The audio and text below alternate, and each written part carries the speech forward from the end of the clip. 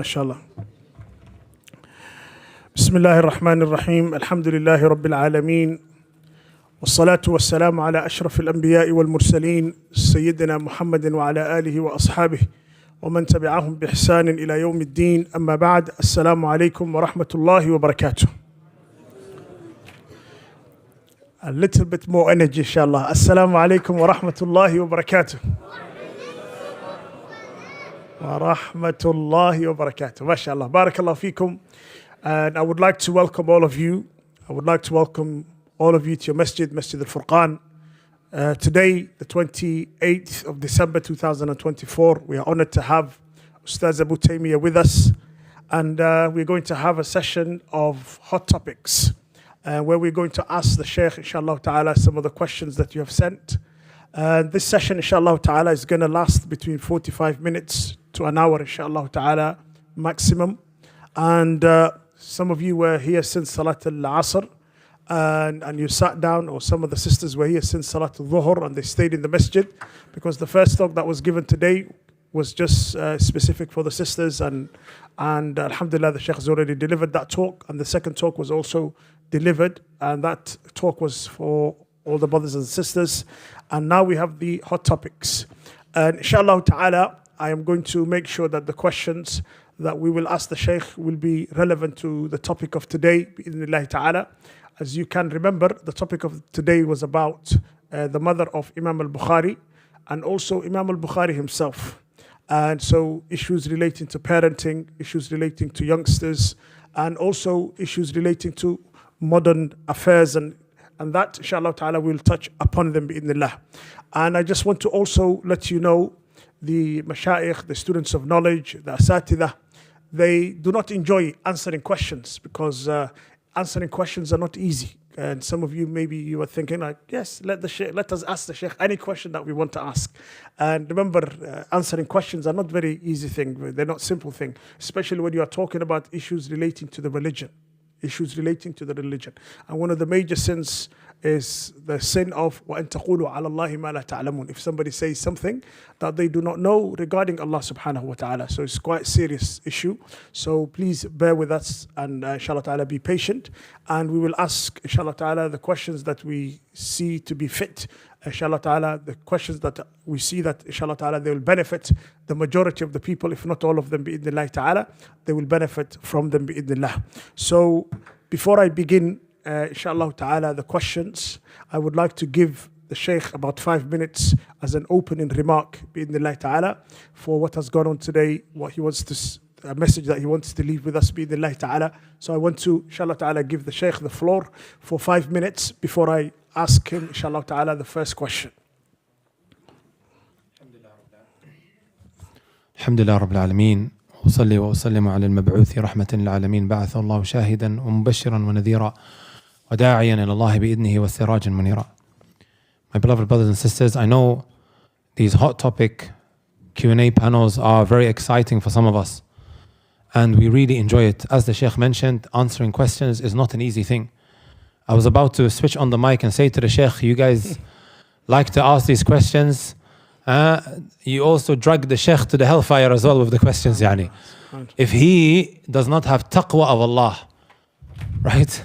If he doesn't have taqwa of Allah Azza wa Jal, he's not someone who fears Allah when asking these questions, an answer that he gives could be the reason why he's dragged all the way to the hellfire.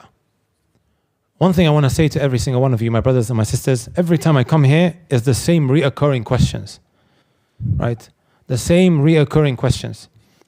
Number one, there are so many hot topic discussions that we have gone through in the past. I think I'm on like part 4 or something, or part 5. Wallah, Shaykh? Yes. Part 4 or part 5.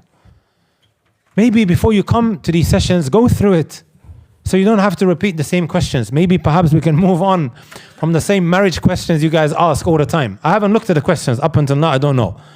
But every time I come here, it's about marriage. Right? It's about bushra, right?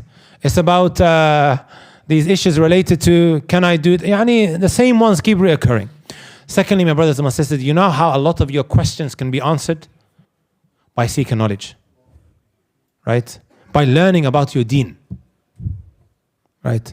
Shaykh Muhammad Hafidhullah Ta'ala wa Ra'ah, right? He goes through knowledge-based discussions when he teaches on a day-to-day basis. Walillahi Shaykh.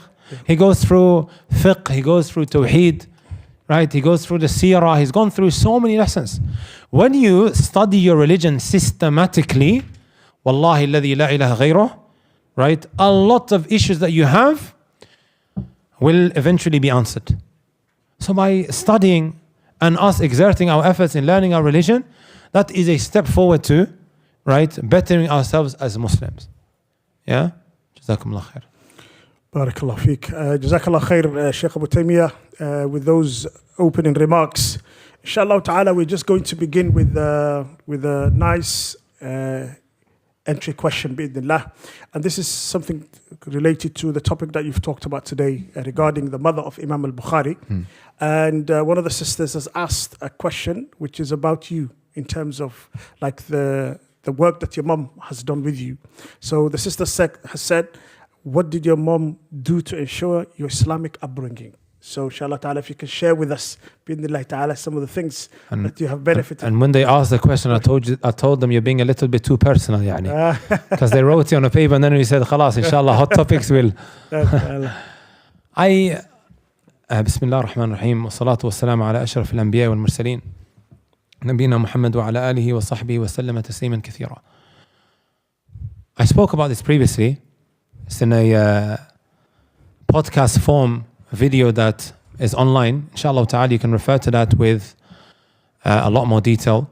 However, in summary, I remember when we were very, very young, right?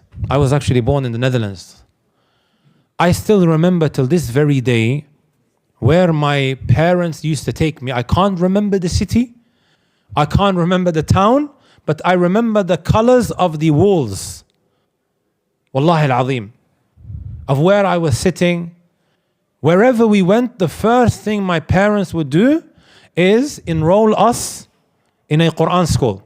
Sometimes I remember they were weekend schools. Sometimes it was in a couple of days throughout the week. So from a very young age, they always instilled within us hubbul Quran, to be in that routine of memorizing the Quran. I remember, subhanAllah, when I moved to London, we didn't go to madrasa at the beginning, right? And I began to feel there is something missing, and I'm still a very young kid. How old am I? I'm maybe something like first year, year 7? How old are they when they are in year 7?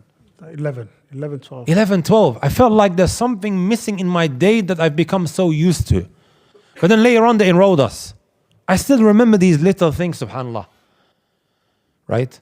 Also, when I first started seeking knowledge, I went to Yemen. I remember at a time my mother, she sold her goat.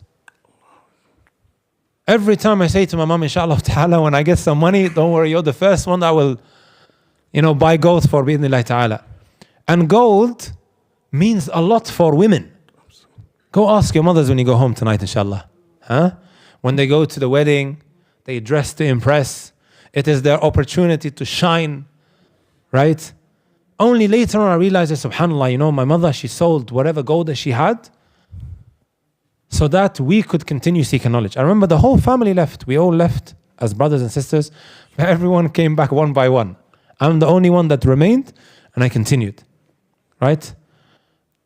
May Allah Azza wa Jal reward them with excellence. And it's not an easy decision to make, right? And I remember also my father, sometimes he would go to the Kaaba and he would make dua there. I remember he told me one time this. I went and made dua for you guys to memorize the Quran. Right?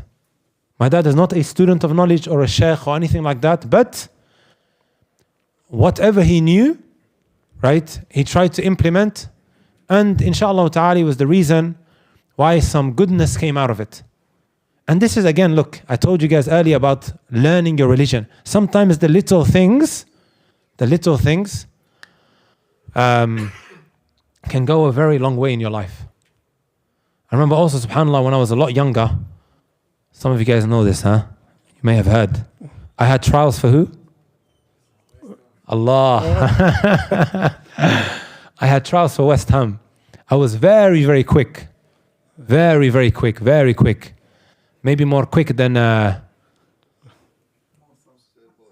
Muhammad Salah, huh? No, we don't want to mention his name. I don't like what he's doing. Right? May Allah guide him. Ameen. That's why when I see footballers that practice their religion, right, I really appreciate them. Wallahi al-azim, really, really appreciate them. Right? Some of you guys may have seen what recently happened. Some footballers got into trouble because they refused to join the colorful team. Huh? Yeah. And wallahi, I actually went and reached out to them. I dropped them messages just to show appreciation, to give them words of encouragement. When you see other footballers behaving the way they are, but then there are others that are within that very difficult environment. It's fitna and fasad, but they're still holding on to their religion. Don't you think they should be celebrated and appreciated? Without a shadow of a doubt. So I remember my dad, right? My new trainers, I forgot it inside of his room. So I tried to sneak in early morning. I didn't know how my dad would react. And then he woke up. He said, "Where are you going?" I said, "Dad, I got trials." Huh? And then he started giving me a lecture. Right? Because at the time, my dad was under the impression that every footballer, he drinks. And every footballer, he commits zina. And I explained to him that that's not the case. And up until now, mashallah, I know brothers that are not like that at all. Right? But he thought I would get, very affected by my environment. And by the time he finished his lecture, the trial was finished. Right? So, and subhanAllah, everything happens for a reason. Everything happens for a reason. Sometimes we so badly want something, but Allah Azza wa Jal has better plans for every single one of us. Yeah? May Allah Azza wa Jal protect the Muslim brothers Ameen. Who are playing football, Ameen. right? And they are holding on to their religion. Ameen. Right? It's not an easy thing and they need our du'as. Absolutely. Yeah. Yes, like the Sheikh has mentioned, the fitna and the temptation is so much. And to continue with the questions, especially similar questions regarding parents and when they should teach their children, or when should they start teaching their children regarding the religion. A mother has asked, or a sister has asked, at what age should you start teaching children about Islam? Before I go into that question, I want to mention something. Some of you parents that are sitting here, and some of you who are about to become parents, or potentially, inshallah, will become parents, right? Your sacrifices will not be overlooked by Allah Azza wa Jal. Inna Allah la yudayyu amal amilin. Right? ولا يخيب أمل آمل. The good acts that you do, you may not necessarily see, right, the fruits instantly, but remember, Allah Azza wa Jal will not forsake you. Right? It's hard at the beginning. All this money, all this hard work. I come home at the end of the month with so much money and then I spend it on the Quran when I could be building a house. Sometimes the shaitan can what? Or in their futures, earning an Islamic education. Keep that in mind, my brothers and my sisters. Yeah? So the question, at what age should they be educated? I would say, my brothers and my sisters, from the moment they are able to start moving around. What do I mean by that? Brothers and sisters, take this from me, right? I believe at the age of 1 or the age of 1.5, 2, kids, they start praying. Wallahi alladhi la ilaha ghayruh. From as young as 1, 1.5, or when they start walking, sometimes it can be 1.5, 2. Am I exaggerating with the age of 1? No. 1.5, 2 years of age. The moment they start walking, wallahi, they start praying. But when though? When they see their parents praying. When they see their parents doing acts of worship, they just imitate, because the only role model that they have are those around them. And the mother and the father are always around them. Sah? Right? Taymiyyah, you guys heard of Taymiyyah? Yeah. Abu Taymiyyah, have a daughter called Taymiyyah. She started praying from the age of 1.5. Allahumma barik. Allahumma barik. Right? Even up until this very day, sometimes when I pray the prayers in the masjid, I come home and I start praying sunnah with them inside of the house. What did the Messenger sallallahu alayhi wa sallam do? أفضل صلاة المرء say أفضل صلاة المرء في بيته إلا المكتوبة. The most virtuous prayer, right, is the prayer that you pray at home. Not the obligatory prayers. The obligatory prayers, a man has to pray it in the masjid. But other than that, the most virtuous prayer is the prayer that you pray at home, meaning the sunnah prayers. It's better that you do it at home than inside of the masjid. When you finish here, it's better for you to go and pray it at home. But sometimes, of course, you might be in a hurry or you can't be going back home for whatever reason. Then you pray your sunnah here. It's mushkila, but it's better to do it at home. Why? What's the hikmah behind it? The wisdoms behind praying at home is, right, so that the people around you can become affected and impacted. And they can see their father and their mother doing so, and they imitate them from a very young age. They get used to it. Right? Sometimes, when they become extremely old in age, this is when we start complaining about them not praying. Maybe because they did not get into that routine. Parents ask me this question. I had to say more than once, you can't teach an old dog new tricks. Yani. Right? Even Hassan al-Basri rahimahullah ta'ala, he said, العلم في الصغر كالنقش في الحجر. Knowledge at a young age is like carving into stone. What happens when you carve something into stone? It stays there. والعلم في الكبر, right? Knowledge at an old age is like writing, right, on water. What happens to the ink? That doesn't mean you can't seek knowledge at an old age. The Sahaba, they learned at an old age, so don't think, oh, khalas, it's over for me. La. They studied at an older age. Many scholars, they memorize Quran only at a later age because for whatever reason, they weren't able to do it at a young age. Does that make sense, my brothers and my sisters? So as soon as they're able to what? Walk, start. Right? Teach them. Don't just throw the gadget, the phone at them. And then they spend 10, 11, 12 hours. And the moment you take it away from them, they're screaming for the next hour. Because this is what he's become so used to. Again, it's not easy. You're going to have to what? Spend time with them. Right? Sometimes I'm on my laptop, I have to write. I can choose to sit alone in my room, which I do most of the time. But other times my wife says, please, just sit down with them. Right? And they're jumping on top of me. Right? I'm fearing for my MacBook. Right? I have to tell them, no one come anywhere near here. So I have to keep them on this side of the sofa. But they want to jump, you have to spend time. It's not easy. Right? Sometimes the parent may say, okay, what do you want me to do? Khalas, I put on the TV until they become hypnotized. Right? Or I have to give them the phone. One time I had to say to a parent, auntie, did you grow up with an Apple iPhone? I know I mention Apple a lot, yani. I have fozism. I'm racist towards Samsung, yani. May Allah help you if you have one, right? I'm the first one. But we didn't grow up with tablets, with iPads. Did we grow up like this? Maybe you guys did, but our parents didn't grow up like that. So we have to be creative and find different ways of how we can keep them occupied. Wallahi, brothers, monthly how much I spend on buying them little toys to keep them busy at times. Even though I could say, you know what, let me just put the TV on. Sometimes it may be 100+ pounds, yani. I look at my bank account, what has my wife done? Right? What have you bought? She goes to the 5 riyal shop. 5 riyal is like £1.20, and she buys so many toys for them. Right? And these slimy things and whatever have you, and they're playing around with it, and it's hard on my pocket, but I don't want to give them the phone. Whenever Taymiyyah comes near my phone, she looks at me like that. She knows she can't go anywhere near it. She goes, khalas, and she walks off.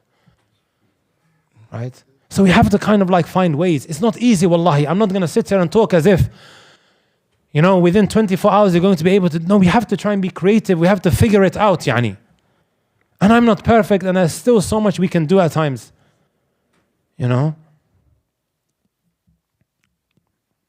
Inshallah, Jazakallah khair. Sheikh, any questions that are regarding parenting and so, inshallah ta'ala, I'll try and put them together.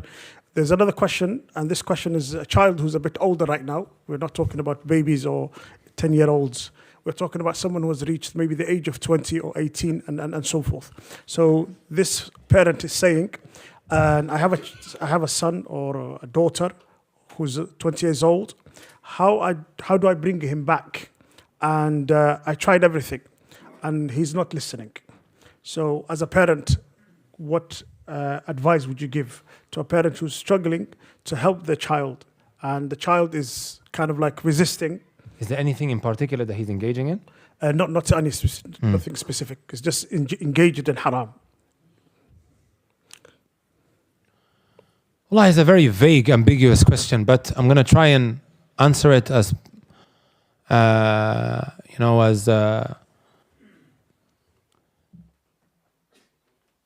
earlier, what did I mention about dua?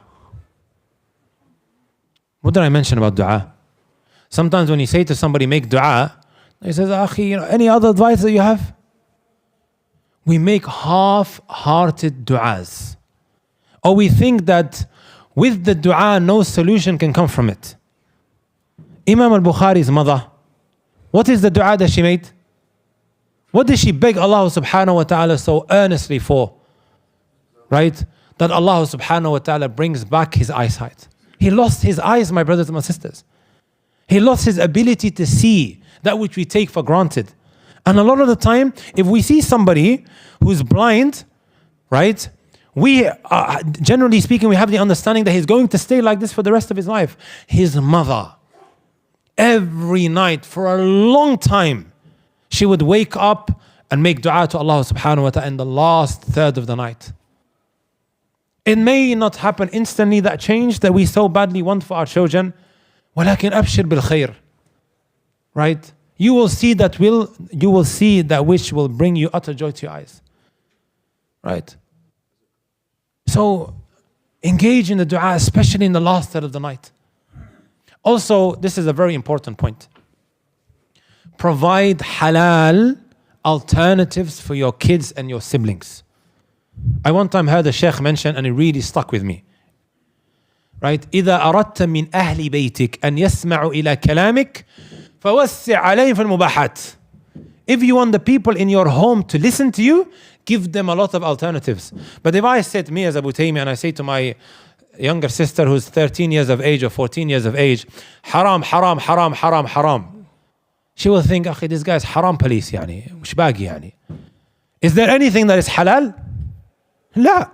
Allah says in the Quran, وَلَا تَنْسَ نَصِيبَكَ مِنَ الدُّنْيا, or من الدنيا, right? Don't forget your fair portion of the dunya. Islam didn't say khalas, completely close off anything that is permissible. لا, Islam didn't say that. Ibn Kathir said من المأكولات والمشروبات والأمور المباحة. Food, drink, and the things that are permissible, right? Islam didn't say you can't enjoy yourself. Islam didn't say you can't go to Jilani's. You guys know Jilani's? That's my favorite spot in Manchester. And he didn't ask me to say this, by the way. Huh? Okay. Yesterday, as soon as I arrived at Manchester airport, I told the brothers, take me to Jilani's. On Wilmslow Road. The Shaitan Road. Right? على كل حال, يعني enjoy yourself. Wallahi, my little sister, 14 years of age, you know, they're at that age, right? They become very difficult. I say, here, take my bank card. It's unlimited. No, my bank card is not unlimited, but I say, here, go and spend. Sometimes I have to buy her the shoes. I don't like Nike. I say to her, go buy anything else. Right? I take her to the restaurant. We go to the Japanese pancake shop every now and again. When I go to London, I try to spend time with her. I try to provide alternatives. Take them to the theme park. Right? What do you guys have here? I don't think you have anything. Alton Towers in Derby, right? Yes, yes. I took them one time to Alton Towers to provide alternatives. We're in a very difficult situation, guys. But if I say haram this, haram that, and طيب ماذا أفعل لهم? The young kids, and they're seeing all of their friends enjoying their lives. Right? So alternatives are very, very important. One of the questions that somebody sent in, sorry Sheikh, I'm digressing here a little bit, and I think it's important. They were asking something along the lines of, my child listens to music and whatever have you. طيب, I can go into the discussion of it being haram, and I think everybody knows that. But how do we gradually get them now to move away from the haram things that they're doing? I said to them, let them listen to anashid. I believe anashid are permissible as long as certain conditions are met. Number one, there's no musical instruments. Number two, what's number two? There's no haram lyrics, right? Or anything haram with it. Number three, you don't believe that you are getting closer to Allah Azza wa Jal with it. The asal is that these anashid Islamiyah, they're mubah. They are what? Cultural practices, traditions, and so on and so forth. Allow them to listen to anashid. That's what I said to them. And then slowly, right, equate it with, even I don't like the word equating it with the Quran, like Quran is not equal to anything, but you guys understand where I'm coming from. You slowly start what? Putting on Quran and encouraging them with that. But now we've moved them away from the haram. We've given them a permissible, something that is mubah, as an alternative. Well, faqih, someone who is, right, slick in fiqh, he provides people with alternatives. He says to them, okay, this haram, they give them an alternative. Right? Mortgage is haram, okay, now provide them with a different type of alternative. Try and figure it out. Hulul shar'iyya or bada'il shar'iyya. Does that make sense? But we also say, before you guys misunderstand what I'm saying, yes, nasheed is permissible, but don't be excessive in it. Anything that is permissible which you do excessively, it eventually affects your heart. This is what Ibn al-Jawzi, who passed away in the year 595, mentioned. He says, إِذَا غَرِقَ الْقَلْبُ فِي الْمُبَاحِ أَظْلَمْ فَكَيْفَ بِالْحَرَامِ. If you now start engaging in too much permissible things, right? Let me ask you guys a question. Reading the news, is it allowed? You go on to BBC Sport, what is the score? Liverpool or Manchester? We got some brothers from Liverpool here. Or Manchester United. I don't even think you guys even check your score anymore, Okay. You guys are suffering here in Manchester, right? But Liverpool's doing great, Where's Abdul Wasi'? Abdul Wasi'. Liverpool, Manchester United. Liverpool, Liverpool, right? شاهد من الكلام. طيب, reading the news is permissible, but if it becomes too excessive, it begins to affect the heart. Right? Using your phone is allowed. No trick questions, guys, يجوز ولا ما يجوز? يجوز. But it becomes too much. Wallahi, you will begin to feel what? Indifferent inside of your heart. Wallahi al-azim. And we have a young man who said, like, I'm an 18-year-old. I'm not praying. I've not been going to university lately. Bedrotten. No iman. I need help. And many youngsters are going through something like this. What advice do you have for the youth who are going through these kind of issues? My brothers and my sisters, right? I can't pull you out of your bed. That's not something that is within my capability. However, what I can say to you is, be productive. You're going to have to get up, otherwise you're going to waste your life. You reach the age of 30. Let me give you guys some of the possible scenarios or situations you might find yourself in. Perhaps you might wake up at the age of 30. Are you comfortable living with your mother? Right? And you have nothing to show for 30 years of age. While your contemporaries, your classmates, or whoever else it might be, this one has a degree, this one got married, he's got a kid, right? And this is how you want to live your life, my friend? This is how you want to end up, right? Get up and start being productive, right? If it means that you get rid of your phone for a period of time, then be it. Ramadan's around the corner. And I mean it when I say this, and I'm not joking. Every Ramadan I say this to them. Because we've become so addicted and so glued to our phones, we need a detox. A drug addict, where do you take him? Detox. What's the place called? We take him to rehabilitation, to rehab. صح? A lot of us, we need rehab. Wallahi al-azim. Don't think I'm speaking about someone else. No, I'm speaking about every single one of us. We need a rehab. And sometimes it means that we get rid of our phones for a period of time. A lot of the time, these guys who don't want to get out of bed, they're stuck on their phones. Just what? Swiping, flicking through, different social media app. He goes on to Twitter, then he comes on to Instagram, Fitnagram, wherever you want to call it, right? And then he goes on to TikTok. أليس كذلك? And then he's on Facebook. Yeah? Facebook, Facebook, the book of transgression. And then he goes on to what? He's back on TikTok. أعوذ بالله من TikTok. But I heard he became a lot better than maybe 2-3 years ago when I gave that khutbah. One after the other. And then before you know it, 4 or 5 hours has gone. Get rid of your phone. I remember, subhanAllah, there was a brother. He came up to me. I remember he was in Green Lane Masjid. He said, oh, you have a lesson today? And I'm looking at the brother. Yes, I do. He goes, oh, subhanAllah, I didn't know. So what do you mean? What do you mean you didn't know? Right? And he said, oh, look at my phone. And he showed me his trap phone. That's what you guys call it, right? Or a brick phone. This is what he's carrying around. He is no different to me and you. He said, I needed a detox, so I'm now going to use the brick phone for a period of time. Can you live without a smartphone? Wallahi, you can. For a period of time, yes, you can. And some of us need that. The console, Xbox, what do they have today? PlayStation 5, right? I was about to say Nintendo, but Nintendo is old. يعني. I had Nintendo once upon a time. Crash Bandicoot. You guys remember Crash Bandicoot? Yeah. You have to get rid of it. You have to make that step. I can't do that for you. Right?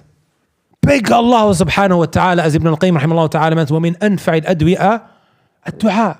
Ya Allah, help me out of this situation. Right? You're going to have to take the first couple of steps, and then inshallah ta'ala you will see the floodgates being open. Yeah? MashaAllah, Jazakallah khair.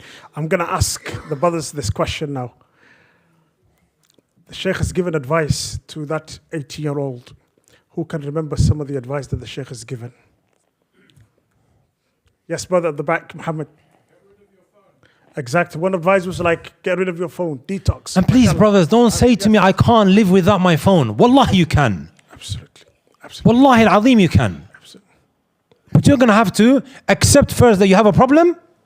And then, okay, طيب, how am I now going to navigate around this problem that I have? Sorry, Shaykh. Jazakallah khair. Yes, another brother. What other?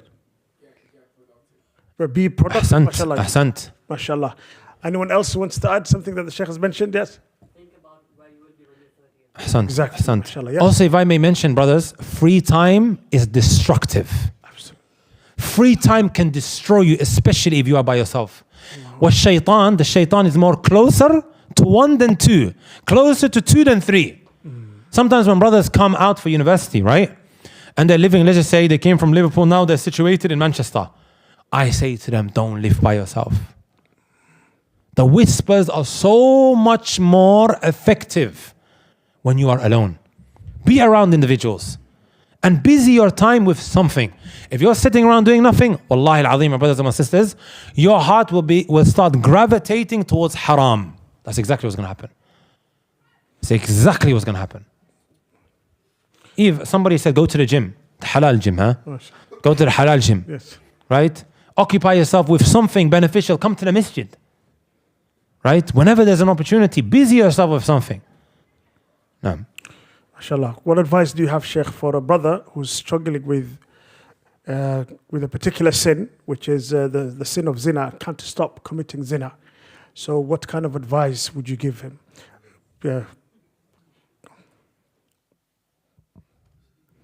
Now the questions are getting a bit more serious. Okay. But these are problems that the youth are struggling with. I'm going to mention, inshallah ta'ala, perhaps 2 things. Do you guys remember the dua of the Messenger sallallahu alayhi wasallam? About the young man who came to him and he said, Ya Rasulullah, O Messenger of Allah, give me permission to do zina. Can you imagine the kind of question that is being asked to the Messenger sallallahu alayhi wasallam? Give me permission to do a zina. Do you guys remember what the Messenger sallallahu alayhi wasallam mentioned? Would you like it for your sister? Would you like it for her? Would you like it for your mother? Would you like it for your aunt? Wallahi, brother, I've come across too many cases, right? where a brother is engaging in a zina, supposedly enjoying himself, and then his sister finds out and she goes and does the exact same thing. Or sometimes a father is messing around even after reaching the age of 40, right? He's punished through his own children. You're messing around with other women. That's someone else's daughter. And you get upset when somebody does it to you? You have a problem with that? As the saying goes, this is not an authentic narration, كَمَا تُدِينُ تُدَانُ. However you treat the people, expect to be treated in that way, وَلَوْ بَعْدَ حِينٍ, even if it is after some time. Right? I have a lecture online. Please put your hand up if you've seen it. It is called Filthy Fathers, Cheating Husbands and Free Mixing. You guys don't watch my videos. Huh? We have a brother here, right? This was actually a really popular video online. It's a 1-hour lecture. They asked me to speak about free mixing. You know what I said? Right?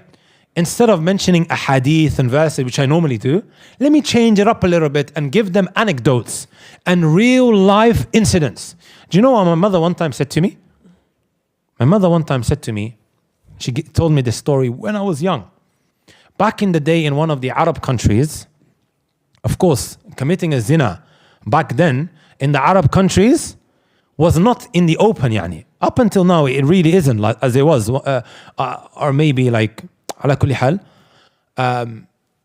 if somebody was going to commit haram or zina, you would have to be extremely secretive, right? And to find zina aslan was not as easy as it is today. So my mother said to me, the way they would commit haram was, they'd get to know one another, and somebody would organize for them to go into a dark room. There would be this building, there are rooms, right? And you won't be able to see what's inside of the room, right? So that you don't remember that individual's face, right? So one individual now, he's contacting a sister, right? Eventually reaches this setting where they commit a zina, and he commits a zina with a sister. Subhanallah. What happened later on? Right?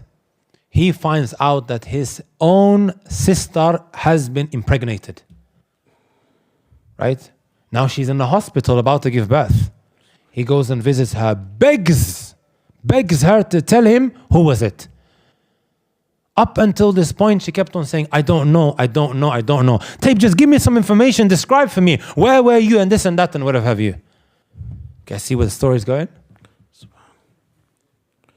She tells him that on this day,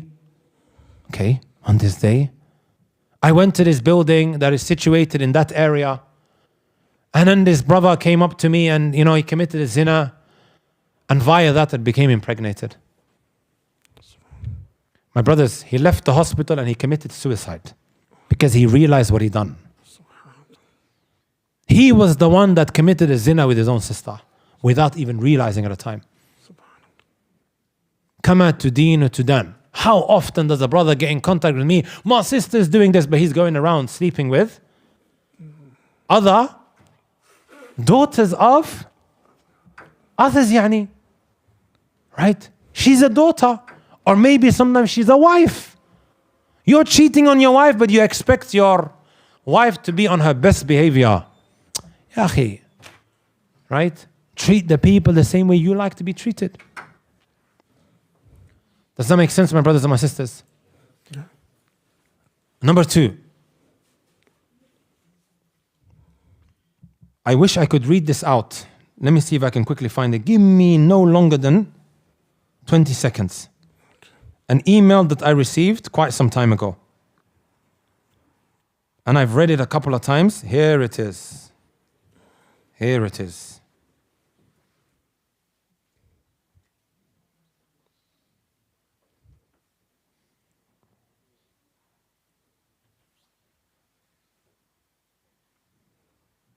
Here it is. I received this approximately maybe a year and a half ago. Assalamu alaikum. And many of the messages that I receive are no different to this. Instagram, wallah, is a fitnagram. My DMs are full of people's problems. And a lot of it are cases of such. The title is 20-year-old man committing zina. Assalamu alaikum, Sheikh. Please, can you help me? I've done zina for almost a year now with many, many girls. I am completely broken, empty, and I don't want to live anymore. My family doesn't know what I've done, only my mother. Everyone who looks at me says, I look lifeless. I have lost my appetite for food, lost the will to go on. I really need some advice, please. My brothers and my sisters, if you want to end up like that, continue what you're doing. This morning I spoke about the consequences of sins. Many people think when I commit haram, the only time I have to answer to Allah is when I meet Him on Yawm al-Qiyamah. Right? The sins that we fall in has consequences. This is one of them. That you begin to feel depressed, empty, spiritually dead. Like this. Right? I advise you, my brother, at this moment in time, to go and make wudu to Allah subhanahu wa ta'ala. And pray 2 rak'at. And in that sujood, show Allah subhanahu wa ta'ala how badly you want it. Right? The Messenger sallallahu alaihi wasallam taught us. Whenever you commit a sin, go make wudu, perfect it, and then go and pray 2 rak'at. Show Allah how so desperately you want it. We should be doing that whenever we fall into a sin. This is what a smart sinner does. Smart sinner. Yes. And you have that firm resolve, khalas, I'm done. But then if you fall into a zina again, you do the exact same thing. But not under the pretext of, I'm going to what? Play around with tawbah. La. You've only got yourself to blame what follows after that. Right? Do that, inshaAllah ta'ala. Sincerely showing Allah how badly you want to stop. Right? And finally, wake up in the last third of the night. As the Messenger sallallahu alaihi wasallam told us. Right? About Qiyamul Layl. Or Salatul Layli is da'bun lis-salihin wa manhatun lil-ithmi wa matradatun lid-da'. Right? It is the way of the righteous, and also it helps you to remove spiritual sicknesses and physical ones as well. And helps you stop that sin. Wake up in the last third of the night. Keep trying, and sometimes you may be prevented from doing so. Ask the people around you to help you, to wake up. Right? 10, 15, 20 minutes before it. And you, all my brothers and my sisters, see a turn for the better. I always say this, my brothers and my sisters, right? I don't care what you're doing. I don't care if you're on OnlyFans. I don't care if you are a non-stop fornicatress or fornicator. I don't care if you're the biggest drug dealer. Pray, my friend. Inna salata tanha anil fahsha'i, when the salat removes the filth and the evil from your life. No matter what is happening, make sure you do that. I've said it many, many times. Right? Some people think, how can I pray and I'm doing this haram? Ya jama'ah, it should never be that kind of thought, but that's wallahi from the shaitan. Jazakallah khair, Shaykhana, for that powerful advice. And there's addiction that many youngsters are also suffering from. And this is a four-letter word. I don't want to really say it. But quite a number of people have asked that question, and they said, we are going through this addiction. How can we come out of it?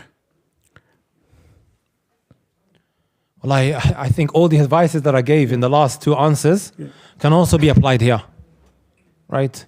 Maybe it's time that we try to figure out, like I said before, it's one thing identifying the problem, it's another finding the solution. I have to ask myself, what is it that is causing me now to fall into this haram? Right? When I meet with brothers and sisters from Umrah, who come for Umrah, I tell them to write down these questions. Maybe you guys can do this as well, inshallah ta'ala. Everybody can do this. Quick activity. Please take out your iPhones and your Samsung as well. Huh? Yes. Is it fair to say, like, sometimes the person, when he commits this type of thing, either zina or say, to leave that city completely? Sheikh, I'm coming on to that. I'm coming on to that. Please, everybody take out your phones. Okay. This is everyone. I do this activity or this every now and again for myself as well.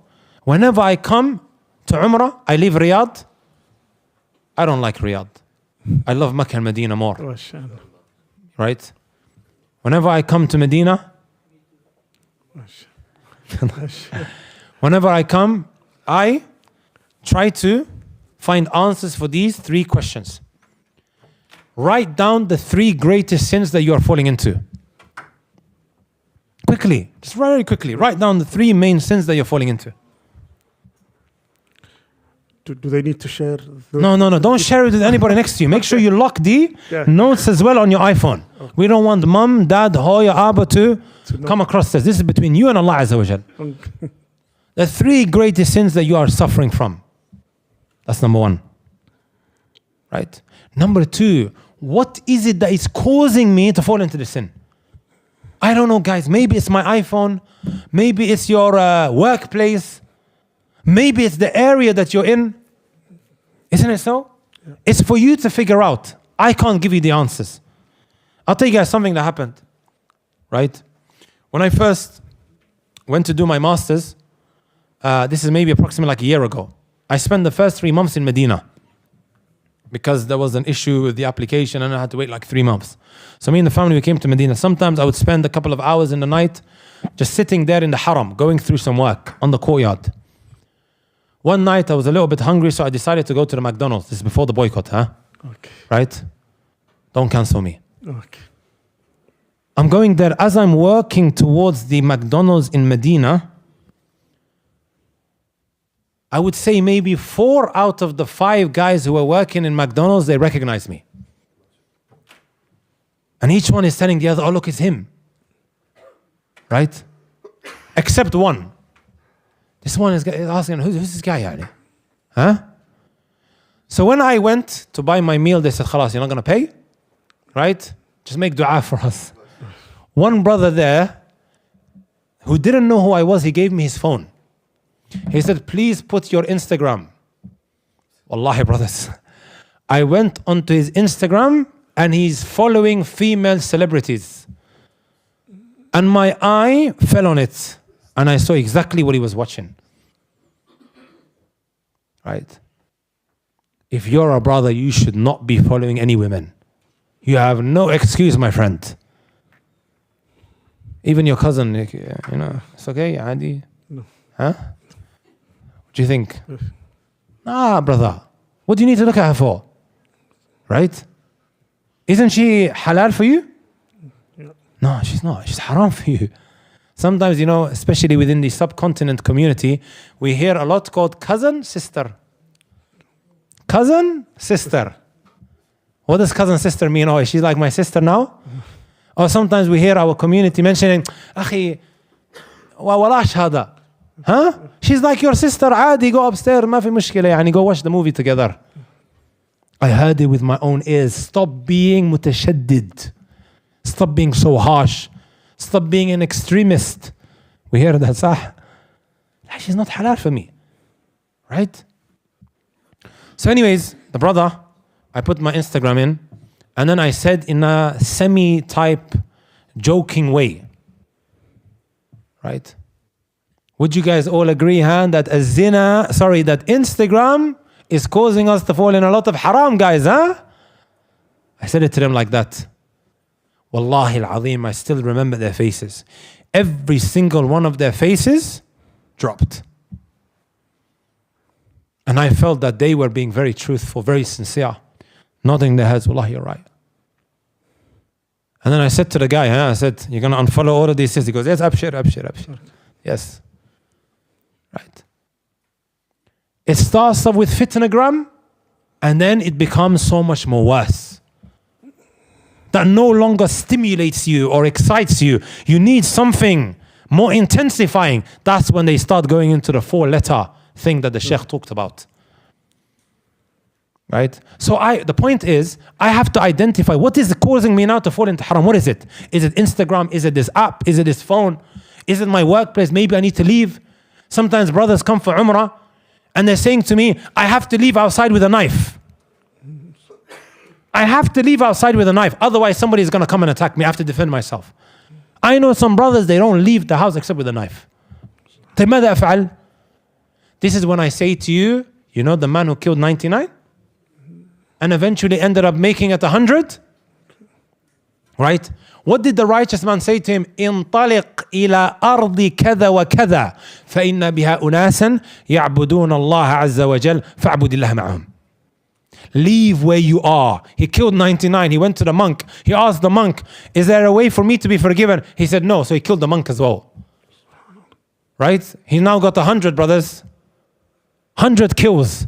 And then went to a sheikh. The sheikh said, leave. Leave where you are and go to so and so city.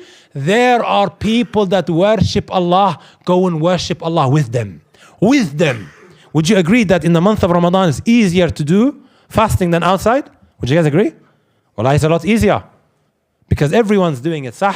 And then everyone's going to be breaking together and praying in the masjid together. I also tell our sisters who want to wear hijab, be around people who wear the hijab. It becomes so much more easier to do ibadah. But if you're hanging around with half-naked women, it's only a matter of time that you become no different to them. And likewise you, my friend, if you are in this environment that you're really struggling with, it could be work, it could be a certain region, right? London is absolutely problematic in a lot of places, right? Maybe you need to move somewhere else. Maybe you need to move out the area and go elsewhere because there are people that are after you. It's for you to figure out. This is now what?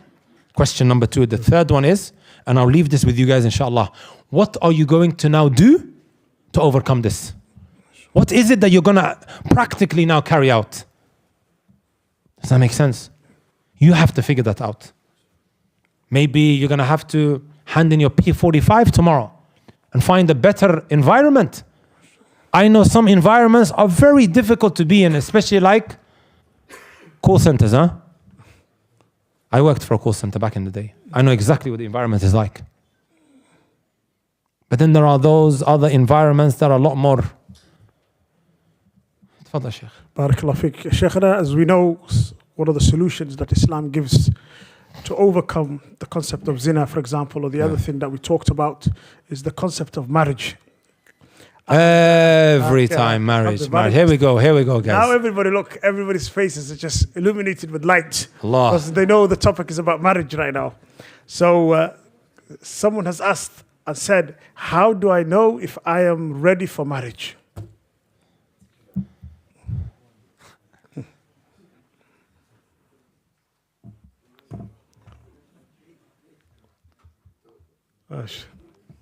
How do you know if you're ready for marriage? Yeah.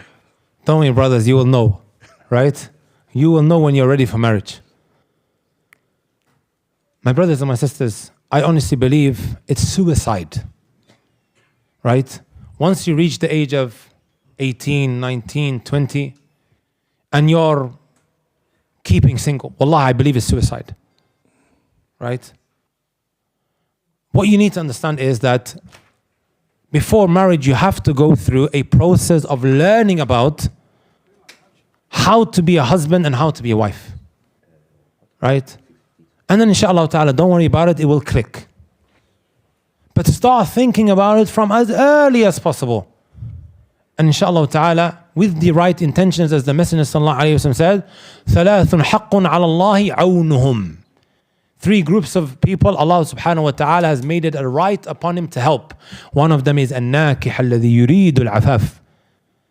The one who wants to get married in order to protect himself. Right? One who wants to protect himself, Allah will make things easier for him. Inshallah. I think I'll answer it like that. MashaAllah. Jazakallah khair. Shaykhana, and since we have been talking about the Aqidah of Imam al-Bukhari, rahimahullah ta'ala, this brother or sister has asked, which Aqidah should we focus on today? You know, my brothers and my sisters, in every time and age, treaties, books would be written to address the theological and ideological violations that was widespread and prominent in that time. That's why if you look at the book of Usul al-Sunnah lil Imam al-Humaydi, who was the teacher of Imam al-Bukhari, It's a little bit different to, let's just say, Al-Imam Ahmad. What each one focused on was to cater for what was extremely problematic and widespread in that time. Right? So when I teach some of these classical books, which I believe is still extremely important, I don't believe that it is irrelevant. Absolutely not. I think it's still important. I try to give it a modern day contemporary spin to address the modern day theological and ideological violations of today. Right? I have a course online. It is called 10 modern day ideologies that affect your tawheed. It is a 3-hour course. When you get a chance, watch it. Why did I deliver that course? Because in today's day and age, I would say some modern day ideologies such as feminism, liberalism, secularism, right? All of these different isms and schisms, right, violate one's tawheed. It can actually take you out the fold of Islam. Naam.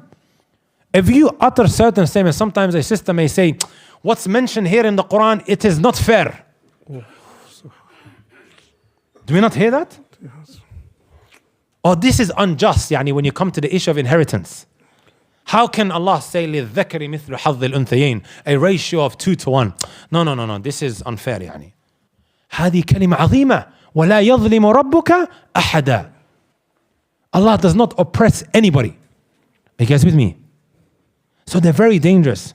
And for someone to think that these things are not important, wallahi, a brother said to me not so long ago, he said to me, Akhi, you're always just speaking about feminism and liberalism and say, you need to speak about this. You need to speak about grave worshipping. Of course, that is important, right? But in the society that I'm in, when I go to the university, what are they suffering from? Apostasies, atheism, womenism, right? And whatever else it might be. You got people now saying, right, to practice certain haram practices, love is love. There's nothing wrong with it. Right? Yani, some statements that we hear, and I'm just quoting, by the way, Abu Taymiyyah doesn't have his own views and opinions, yani. Right? Nor does the masjid. The masjid doesn't have any opinions as well. Are you guys with me? Some very dangerous modern day ideologies that we're dealing with at this moment in time that violates your tawheed, your aqidah. So this needs to be given a fair share of focus. I wish some of our other brothers who teach aqidah, they would take this similar approach as well. Right? Because a lot of the stuff that we find in the books, the classical books of Aqidah, can be given that modern day spin. Like for example, Al-Imanu qawlun wa amal. We find in the books of Aqidah that Iman comprises of what? Belief, utterance of the tongue, and also what? Action with the limbs. And this was a classical violation in the past. How often do we hear people saying, right? Akhi, Allah is a loving God. He's a loving God. I believe in this God that is so merciful and so loving. Right? I'll be fine. Don't worry about me. Do we not hear that? Right? You don't judge me. You don't know what's in my heart. Of course I don't know. But I'm seeing you committing haram in front of me and you're thinking as if this is not going to affect you in your hereafter. Removing actions from the equation. This, my brothers and my sisters, is very important.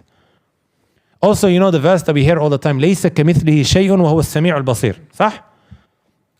Don't we hear this a lot when it comes to Allah's names and His attributes? صح?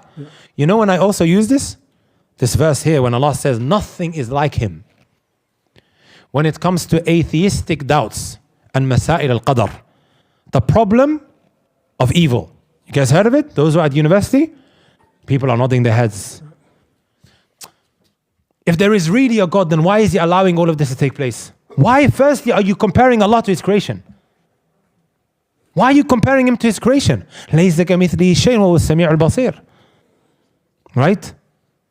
Think about it for a moment, my brothers and my sisters. Think about this for a moment. A lot of the evil that we see happening, right? Doesn't it now begin to make sense that hellfire was created for a purpose? Yes. There are many examples. Khadr alayhi salatu wasalam in Surah Al-Kahf, he killed a young boy. Musa is like, what are you doing? لَقَدْ جِئْتَ شَيْئًا نُكْرًا. But whatever Khadr was doing in Surah Al-Kahf, it was through revelation. Later on, he explained to him, if he grew up, he would have been the reason why his parents left Islam. So everything happens for a reason. Sometimes we struggle to make sense of it. Don't we, my brothers and my sisters? Aisha radiallahu ta'ala anha, she was accused, إِنَّ الَّذِينَ جَاءُوا بِالْإِفْكِ عُصْبَةٌ مِّنْكُمْ لَا تَحْسَبُوهُ شَرًّا لَكُمْ بَلْ هُوَ خَيْرٌ لَكُمْ. She was accused. It was a big issue in the time of the Messenger. Even the Messenger sallallahu alayhi wasallam began to doubt. But then verses came down, the hypocrites were exposed, and Allah subhanahu wa ta'ala raised Aisha radiallahu ta'ala anha. Everything happens for a reason. And I always say this, just because we don't have the answers, that doesn't mean there aren't any answers. So to go into these discussions is extremely important. These books are important, these classical ones. However, we are living in a different time and age where there are certain violations so much more widespread than others. So we have to make sure we link it while we also address the other ones. MashaAllah. Now we're going to go to some fiqh questions. The first question regarding the fiqh issues and is, how can I deal with an OCD issue that I have, especially when I'm making wudu, and it takes me around 20 minutes to do my wudu. Well, I believe it or not, brothers, I addressed the same question from this seat maybe a couple of years ago, yani. Maybe it was like a year and a half, maybe 2 years. What did I, Sheikh? I think this is an individual that is suffering from waswasa. Yeah. Right? Waswasa. You guys know what waswasa is? Or do I have to explain that? Whispers, I've not done it properly, and he's still making wudu ila ghayri dhalik. There is a qaida, a legal maxim or a principle in fiqh. This principle is لا احتياط للموسوس. You know, my brothers and my sisters, somebody who is not suffering from waswasa, when he goes into the bathroom, he has to make sure that he washed it properly, sah? We say to him, no, make sure you wash it properly. Someone who is suffering from waswas, we say, no. Make wudu once and get out the toilet. If it means that you take your friend into the bathroom, not like that, huh? Right? Not like that. I mean, like to help you, to assist you. As soon as you finish, drag him. Let's go. I remember there was an incident, subhanAllah, in front of Masjid Quba in Medina. There was a brother who was suffering from waswas. I went into the wudu area with him. He's messaging me non-stop. Please help me. I said, I'm going to come with you, inshallah ta'ala. Let's meet at Masjid Quba. That's we live there. He went and make wudu. Wallahi, my brothers, it was a wonderful wudu that he made. I said, no, get out the bathroom. And he's saying, no, I haven't done it properly. I said, get out. Wallahi, I physically grabbed him and I pulled him out. Move. Right? And now the salah started. And he's arguing with me. Akhi, I haven't done wudu. I said to him, pray. Have you guys heard of Sheikh Ali Hudayfi? Yeah. Huh? Sheikh Ali Hudayfi? The great Imam, yes. The great Imam, you know, of Medina. He walked past and he started screaming at me. What are you guys doing? I said, Sheikh, if only you knew what I'm going through with this brother. Salli, Allah, pray. And then he went into the masjid. Because the salah already started and me and him are standing there arguing. And then I couldn't, subhanAllah, yani, continue like this. So I started the prayer and then he ran away. Wallah, he ran away, left. Ashahid min al-kalam, somebody like this, generally speaking, we need to make sure that they leave the bathroom. You make wudu once and khalas, don't worry about anything else. Inshallah, your salah is correct. Wadih? Naam. Inshallah. Another question is regarding, it's another fiqh question. Can we do mash on top of a normal cotton socks? According to the Hanabila, yes. Right? Ibn Umar radiallahu ta'ala anhu, he says, Al-mashu ala al-jawrabayni kal-mashi ala al-khuffayn. Wiping over your socks is like wiping over your leather socks. And I'm humble here, guys. So according to that, bi'idhnillahi ta'ala, and to make things so much more easier for the people as well, it falls under the legal maxims within our sharia, such as al-mashaqqatu tajlibu at-taysir, especially when it's winter. Right? Especially when it's winter.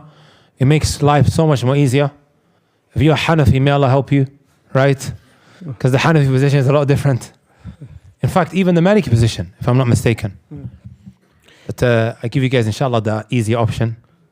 And it will help you a lot as well. And I believe this within the reasonable boundaries of what is permissible in our Sharia. Likewise, when you look at the legal maxims as well. Al-mashaqqatu tajibu taysir. MashaAllah.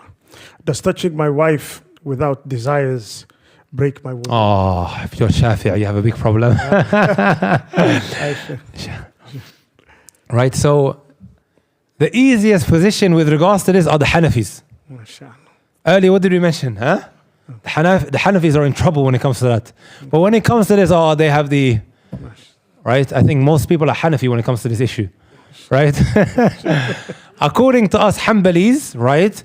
If you touch a woman with shahwa, with sexual desire, an urge, only then your wudu breaks. And I believe it's a very strong position. I don't say this just because I'm Hanbali, guys. Huh? Yeah. I honestly believe it's a very strong position. Right? The Shafi'is are the most problematic. He's making tawaf maybe the whole day. Subhanallah. Wallah, Shaykh. Yeah. He's doing tawaf, and every time he bumps into a woman, he has to go back and make wudu again. Allah ya'inkum. Right? According to the Hanabila, and even the Shafi'is and a lot of these scholars, right? They said the reason why your wudu breaks for touching a woman is due to the statement of Allah, أَوْ لَامَسْتُمْ النِّسَاء. In another qira'ah, like the qira'ah that I read in today, أَوْ لَمَسْتُمُ النِّسَاء. The first qira'ah is if you have sexual intercourse with a woman, then you have to, right? But also the other qira'ah is أَوْ لَمَسْتُمُ النِّسَاء. This is when the qira'ah become extremely beneficial for you. It's not just about the guy reading and, that was Jazakallah khair. It sounds different, you know. No, he has the ahkam. He has, fiqh rulings that come in extremely handy. So based on that, the Shafi'is and the Hanbalis, they took from this that if you touch a woman, it breaks it. But the Hanabila, they said, with shahwa.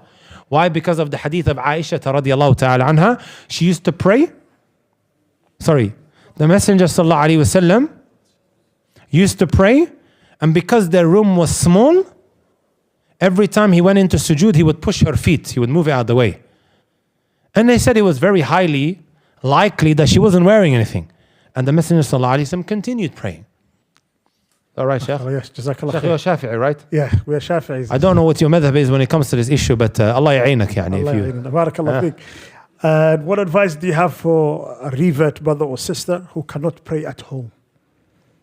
A revert brother or sister who cannot pray at home. My brothers and my sisters, right? A revert is asking this question so desperately, wanting to pray in his home.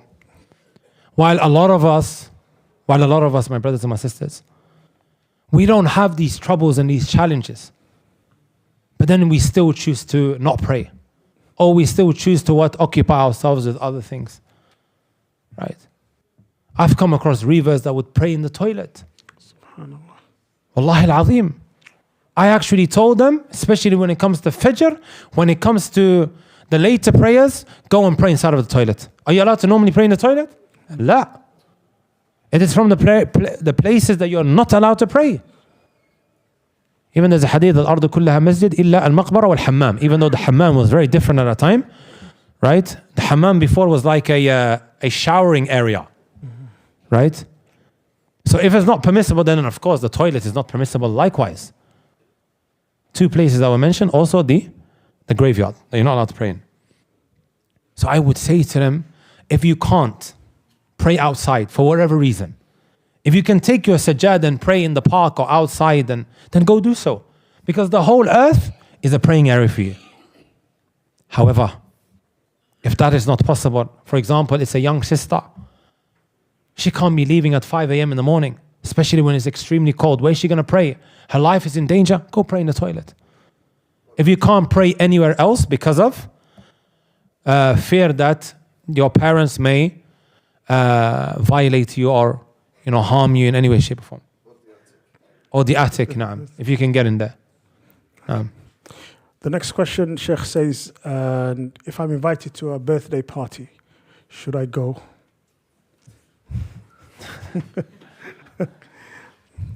Wallahi, brothers and sisters, I don't believe birthdays are permissible. And anything that is impermissible, being invited to it, then I don't advise you to go. Right? It wouldn't be permissible to go. The reason for that is, right? Yani something that is haram, am I allowed to be around haram and so on and so forth? Or be engaging in a type of festival or a type of gathering that is based on something that is impermissible, then of course not. Yeah. How can I stop missing Salatul Fajr? Very good question. That was also a question that was emailed into me, or a common question that people tend to ask all the time. My brothers and my sisters, if you do the following, inshallah ta'ala, then you will never miss Fajr. Inshallah. Write it down, brothers and sisters. You'll never miss Fajr. A lot of us struggle with this. All of us, we miss Fajr at times. But I mean, inshallah ta'ala, you'll be consistent, because all of us will miss Fajr, yani. I'd be lying to you if I said I've never missed Fajr. However, when it becomes more than 2, 3, 4 times in the month, that's a problem. Right? That's a big problem. However, at times you may be extremely tired and you're trying to make it for Fajr, and it happens. Right? Even it happened to the Messenger sallallahu alaihi wasallam. They've missed prayers. Right? They were taken by sleep, as mentioned. If you can sleep early, my brothers and my sisters, then do so. Sleep as early as you can. If you are somebody that's missing Fajr, continuously try to sleep early. But even then, that's still not enough. I'm going to come onto it, inshallah ta'ala, what I mean by that. Number 2, download an app called Loud Alarm. Loud alarm. Okay. Let me make you guys hear it, yani. Okay. Huh? How it sounds like. My wife kicks off every time, yani. Here it is. Right? Just to give you guys an idea of what we're...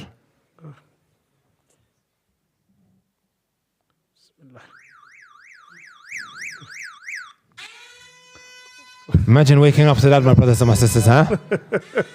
So, or something like that.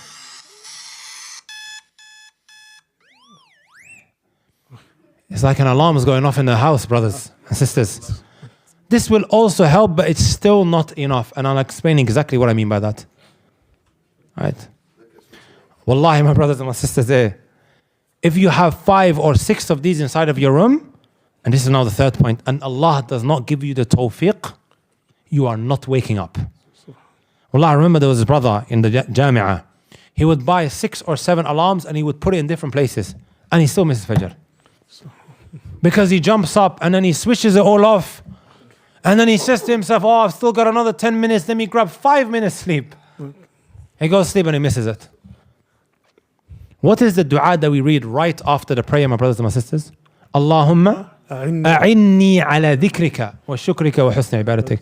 Oh Allah, help me in my ibadah. Whenever we are in sujood, we make this dua to Allah Azza wa Jal, and you never leave it off after the prayer as well. Are you brothers and sisters with me? yeah. No matter how much you try, how many alarm clocks that you switch on, even like this one, right? Then you still might end up missing it. There's also another app. I don't have this app, but you have to, I think you have to walk all the way to the kitchen or something. You have to take 20 steps, back and forth, back and forth, back and forth. Or you have to, I don't know, like you have to take it to the kitchen or something, or take a picture of a water, right? Only then, the alarm stops. These apps can help. And if you miss your Fajr, my brothers and my sisters, I advise you to do the following. Start praying Salatul Duha. Salatul Duha can be prayed from sunrise all the way up until Dhuhr. Just before Dhuhr you stop. To show Allah subhanahu wa ta'ala you so desperately want to wake up for Fajr. Because at the end of the day, my brothers and my sisters, we are missing out if we are not being productive in our mornings. We're the ones that are missing it. Next point, my brothers and my sisters, try to pray Fajr in the masjid. Right? Try to pray Fajr in the masjid. This is an indication to Allah subhanahu wa ta'ala of how much you are trying. Come on, brothers and sisters. If we have the kuffar waking up at 4 a.m. or 5 a.m. and he's taking his kalb, his dog, for a walk, we can't wake up for Allah Azza wa Jal. He wakes up for his kalb, for his dog. And we can't wake up for the Malikud Dayan, the king of all kings, my brothers and my sisters. Right. Last point, my brothers and my sisters. If you live in a home that has others as well, try and get them to maybe throw water in your face. You guys know the hadith of Qiyamul Layl, when the Messenger sallallahu alaihi wasallam, he said, if one wakes up, I normally mention it, it's completely crossed my mind. رحم نعم. Hadith is رحم الله رجلا قام من الليل فصلى. Right? May Allah have mercy upon an individual who wakes up in the night, he prays, and then he wakes up his family. And if she refuses or he refuses, because the reverse was also mentioned in the hadith, gets water and he throws it on her face, or she throws it at his face. May Allah give you all wives like that. Say Ameen. And if you already have a wife, may Allah make her like that as well. I don't want to make dua for you about seconds or thirds. Yani. I don't do that. Yani. I don't cause problems in people's houses. Yani. Tawheed. Huh? Are you guys with me? Right? Someone now to engage in that, to throw water in your face. You're going to get angry, you're going to get upset, but... No. Jazakallah khair. I think we just have to stop it here. Bi'idhnillahi ta'ala. Barakallahu feekum. And we've had the Sheikh for over an hour now with the Q&A. So, Jazakumullahu khairan. I would like to say to our Sheikh, Ustazana Abu Taymiyyah, Barakallahu feek, for answering those important questions. And if your question has not been answered, inshallah ta'ala, we'll see if a time comes, inshallah ta'ala, another hot topic, and we will be able to answer it, inshallah ta'ala. Jazakumullahu khairan. I just want to say, Masjid Furqan, wallahi, I love you all. Barakallah. Yani, from the bottom of my heart, wallahi, this is I always tell Sheikh Muhammad, this is one of my favorite masajid. Absolutely. He wants me to say the favorite masjid, right? But definitely is right up there. And even like this is Fajr, subhanAllah. Look how lit the masjid is always when the program's on. It's very, very unique. Wallah, it's very unique. And I'm not even from Manchester, so I'm not biased. Right? I go to a lot of the cities, as you guys are aware. But Masjid Furqan is one of a kind. Stay close to the masjid. Benefit from the Sheikh. Don't only come to the masjid when a visiting Ustadh or a Sheikh comes. You guys have Sheikh Muhammad who teaches regularly. Try and benefit from him as much as possible. Especially the Fajr reflection. I sometimes travel to different places in the world and they say, Masjid Furqan, the Fajr reflection. They think I'm the Imam here. It's like you got to they listen to Sheikh Muhammad, right? Allah yahfadhkum. Ameen, ameen. Jazakumullah khair. I'll see you guys at Fajr, inshallah ta'ala. Inshallah ta'ala. Tomorrow morning, the Sheikh is going to be here with us. A bonus Fajr reflection special, inshallah ta'ala. So make sure you're here. And we have a sleepover for the youth tonight as well, alhamdulillah. So any of the brothers who's going to be sleeping, inshallah ta'ala, staying in the masjid, praying salat tahajjud, you're welcome bi'idhnillahi ta'ala. But you have to follow the rules and the systems, inshallah ta'ala. Jazakumullah khairan. Come and show your love to the Sheikh, inshallah ta'ala, before he leaves. Sheikh, we're very